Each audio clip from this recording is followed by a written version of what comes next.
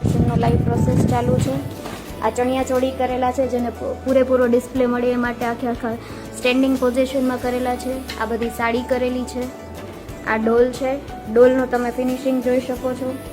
આ કટલેરી કરેલું છે. જનોઈનું મામેરું છે, એના માટે બળવાના કપડાનું ડેકોરેશન ચાલુ છે. પછી કોઈ કસ્ટમરને એવું હોય કે બહુ હેવીમાં નથી જવું, સિમ્પલમાં કરવું છે, બહારગામ લઈ જવું છે, તો આ રીતે પણ થઈ જશે. જો કોઈને વેક્યુમ પેકિંગ કરાવવું હોય તો એ પણ થઈ જશે. અત્યારે અહીંયા 3 કસ્ટમરની છાપ ચાલુ છે.